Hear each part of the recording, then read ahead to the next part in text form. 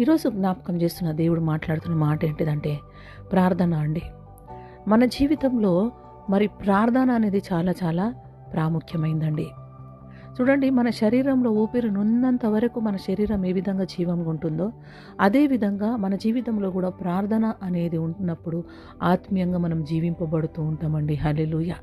నువ్వు ఆత్మీయంగా బలపరచబడాలంటే, నువ్వు ఆత్మీయంగా దేవునితో అంటగట్టబడి ఉండాలంటే నువ్వు ప్రార్థన అనేటటువంటిది నీ జీవితంలో ఉండాలండి. ఆ ప్రార్థన శక్తితో నువ్వు నింపబడి ఉండాలండి. చాలాసార్లు మనం ప్రార్థన చేస్తూ ఉంటామండి.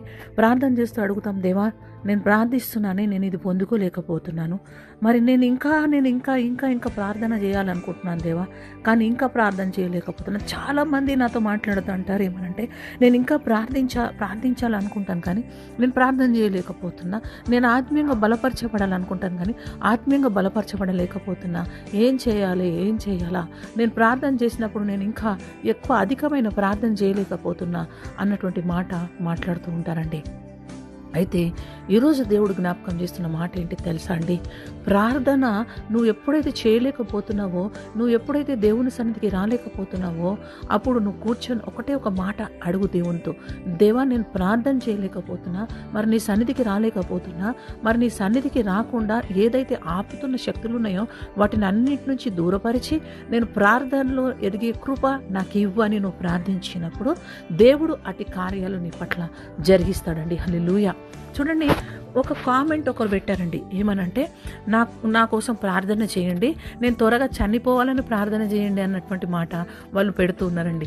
చూడండి ప్రియమైన సహోదరులారా, మరి చాలాసార్లు ప్రార్థనకి జవాబు రాకపోవడం వలన, లేకపోతే జీవితంలో విసుగు చెందినప్పుడు, మరి అనుకున్న కార్యాలు జరగనప్పుడు, మరి మనమున్న పరిస్థితులు మారనప్పుడు ఇలాంటి ఆలోచనలు వస్తూ ఉంటాయి.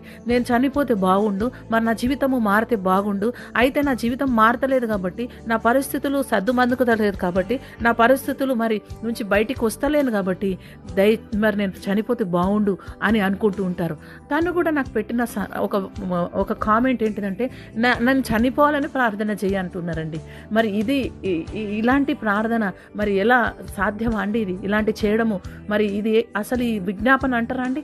చూడండి, ఆయన ఆ మాట అడిగినప్పుడు నేను ఒకటే వాళ్ళ కామెంట్ ఏం పెట్టానంటే, దేవుడు మనల్ని పుట్టించినప్పుడు చనిపోవడానికి కాదు, మనము దేవునిలో ఎదగడానికి, దేవునిలో జీవించడానికి దేవుడు మన కొరకు ప్రాణం పెట్టిన దేవుడు.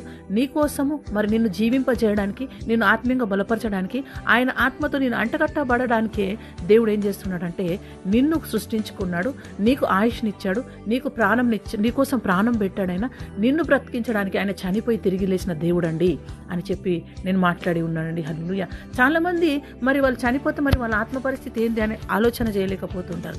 భౌతికంగా చావు మనకు ఉంటుండొచ్చు, కానీ దానిని దేవుడి చిత్తం లేని, దేవుని ఇష్టం లేని మనము మన ప్రాణాన్ని తీసుకోవద్దన్నటువంటి విషయాన్ని ఈరోజు దేవుడు జ్ఞాపకం చేస్తూ ఉన్నాడండి.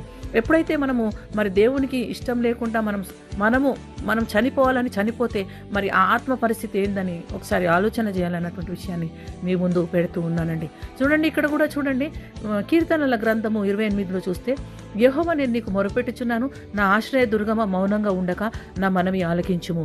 చూడండి, ఆలకించుము, ప్రార్థన చేస్తున్నా, నా విజ్ఞాపన చేస్తున్నా, మరి దయచేసి మరి నా ప్రార్థన ఆలకించుము, నేను మాట్లాడుతున్న మాటలను నువ్వు మౌనంగా చూడకు, నాకు దయచేసి జవాబివ్వు. చాలాసార్లు మనం అడుగుతాం, దేవా నాకు జవాబు దయచేయి, నా మాట విను, నాకు దీని నుంచి నాకు విడుదల ఇవ్వు ప్రభా అని నేను మాట్లాడుతున్నాను, నువ్వు మౌనంగా ఉండకు ప్రభా, దయచేసి నా ఎడలను కార్యం చేయి ప్రభా, ఒకవేళ చేయకపోతే నేను సమాధిలో దిగినట్లయితా అని చెప్పేసి ఇక్కడ వాక్యంలో ఉందండి. చూడండి, కీర్తనల 28లో చూస్తే అక్కడ యెహోవా నేను నీకు మొరపెట్టుచున్న నా ఆశ్రయదుర్గమా, మౌనంగా ఉండగా నా మనవి ఆలకించు, నువ్వు మౌనంగా ఉండినట్ల నేను సమాధిలో దిగిన వాళ్ళగా అయిపోతాను అంటున్నాడు. హల్లెలూయా. చూడండి, ప్రార్థనకు జవాబు రాకపోయినా, జీవితంలో కార్యాలు జరగకపోయినా, మనకున్న పనులు జరగకపోయినా మనం మాట్లాడే మాట ఏంటిదో, నేను సమాధిలోకి వెళ్ళిపోయినట్టు, నేను చనిపోతాను ప్రభు, మరి నాకు ఇది చెయ్యు అని అడుగుతూ ఉంటాం. కానీ దేవుడు ఏమంటుంది తెలుసా?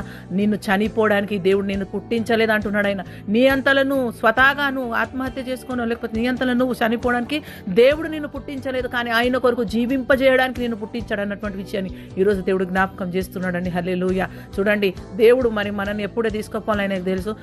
దేవుడు ఎప్పుడు మనని పిలిచినప్పుడు అందరం చనిపోతాం, అందరం వెళ్ళిపోవాల్సిందే, కానీ అని మరి దేవుడు మరి ఆ మాట గుర్తు చేస్తున్నాడు. మరి నువ్వు చనిపోవాలనుకుంటే అది నువ్వు అలా కాకుండా మరి దేవుని సన్నిధిలో మరి ఇలాంటి ఆలోచనలు వస్తున్నాయి ప్రభా, దయచేసి ఇలాంటి చెడు ఆలోచనల నుంచి నాకు విడుదల దయచే ప్రభా. దేవా, నువ్వు నాకు చావడానికి నన్ను పుట్టించలేదు, కానీ నీ కొరకు జీవింపజేయడానికి నన్ను పుట్టించావు కాబట్టి నీ కొరకు జీవించే భాగ్యాన్ని నాకు దయచేయని నువ్వు ప్రార్థన చేసినప్పుడు అలాంటి తలంపులతో నుంచి నువ్వు దేవుడు నీకు బయటికి తీసుకొచ్చును గాక. యేసు నామమున దేవుడి మాటలు దీవించును గాక. ఆమేన్. వందనాలు.